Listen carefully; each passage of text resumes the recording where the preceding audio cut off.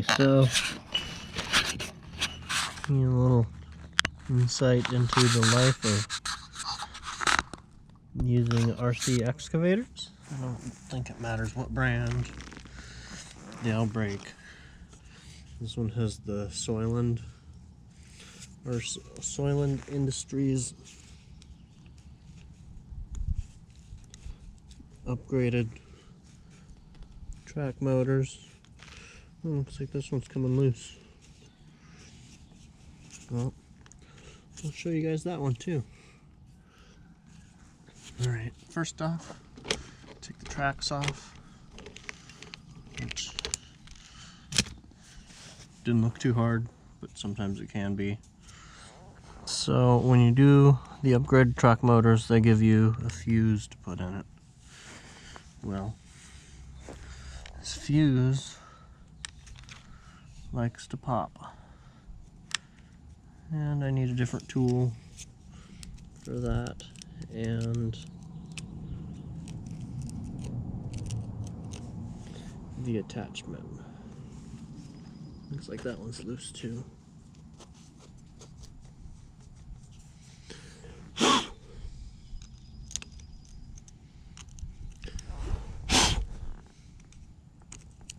Okay, be right back. Alright. I'm gonna do this laying on the ground this time just so I can show you guys. This is the fuse. It's a little 2 amp car fuse. I'll put it right there for now. Fuse, I put mine up in here, which was a mistake. I should have put it up inside where the rest of the electronics are. I thought, oh, I'll just put it down here. I won't have to change that very often. Yeah, that was a dumb idea. Because you gotta take the rollers out. The bearings like to fall out of. And you gotta try to pull the little fuse holder out, which is a pain in the ass.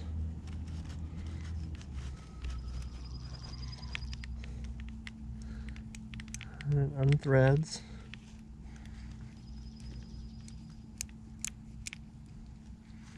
You pull the fuse out, blown fuse, put it down here, grab the fresh one.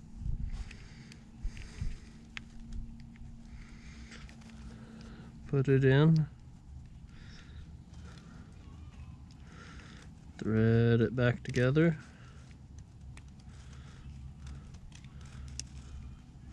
Definitely like the fuse. It helps prevent you from breaking tracks because these motors are very powerful. Very, very powerful compared to the stock ones on these 4200 XLs. Shove that back up in there.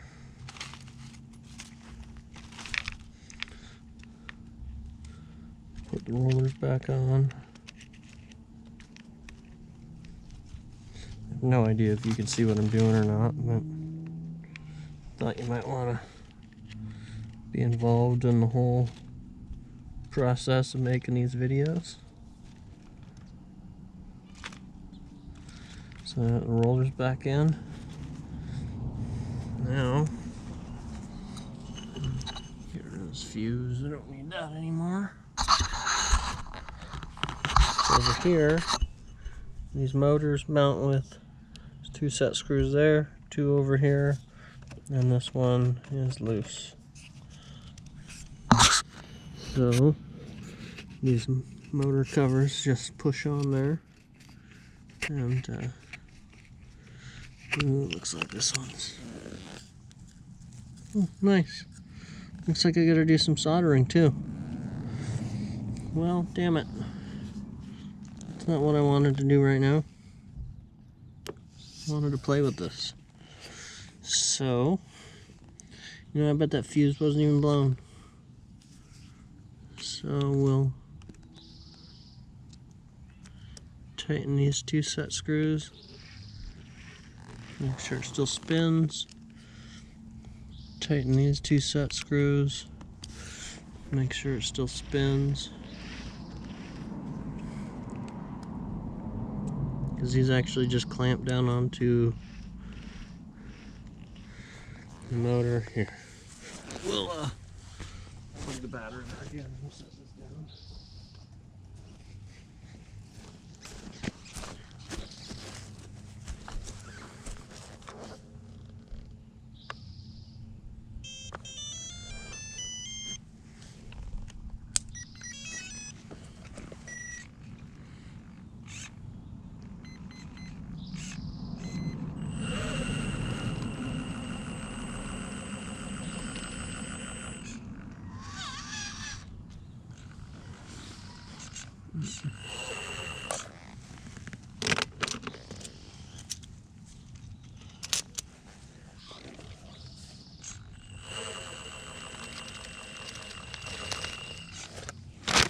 Here, we'll get rid of the paper.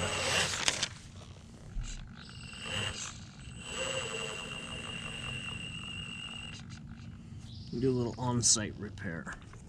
Do this real time for you guys.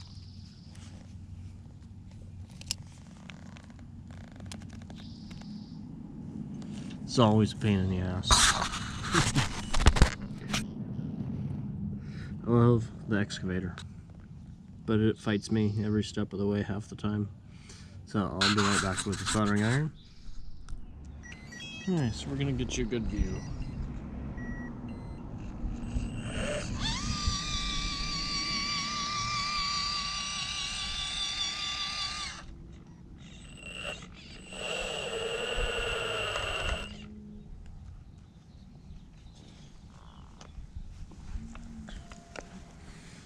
Okay, so we've got to solder this wire back on. Easy enough. Plug in the soldering iron, and yes, I'm doing this out here in the dirt. I like to use my flux. Let's find something to put it on there with.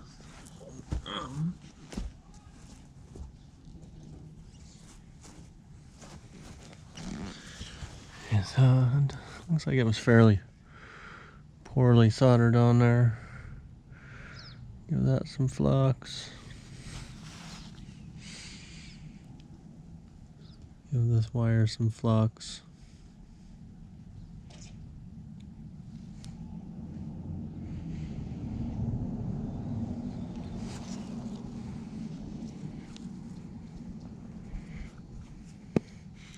And these were not soldered by me originally, and these were soldered when I got them. Wait for the soldering iron to heat up. Make sure we got a little bit of solder there ready to go.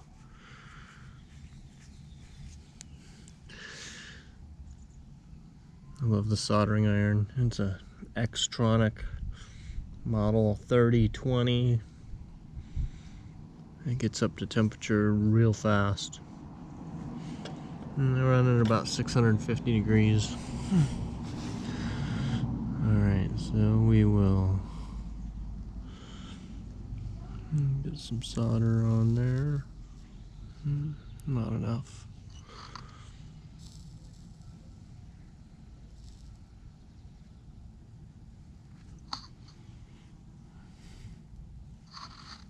Get some solder on there.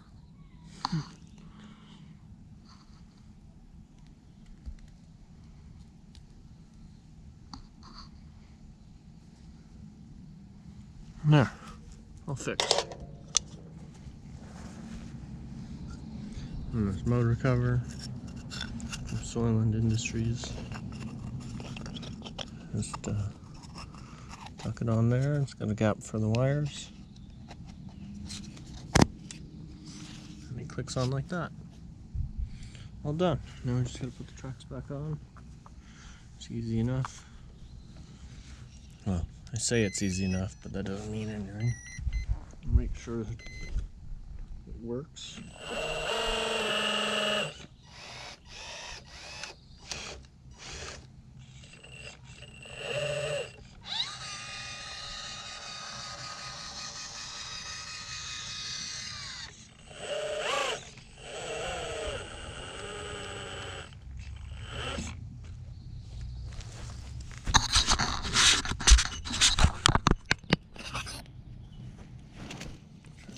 dirt brushed off. Okay, so I like to get it on that end. And then pull the slack out of it. And it's on.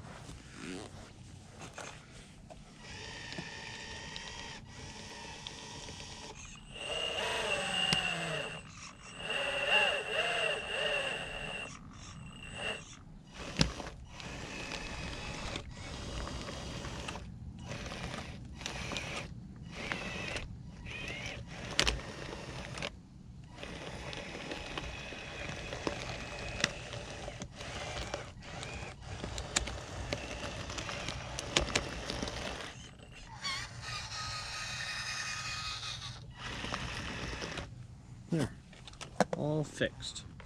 I'm gonna go back to making videos. Even though I just made a video with you guys. So, that's how we fix it. I really don't like dragging all this stuff outside and soldering it outside, but I wasn't ready to finish playing. So, see you guys later.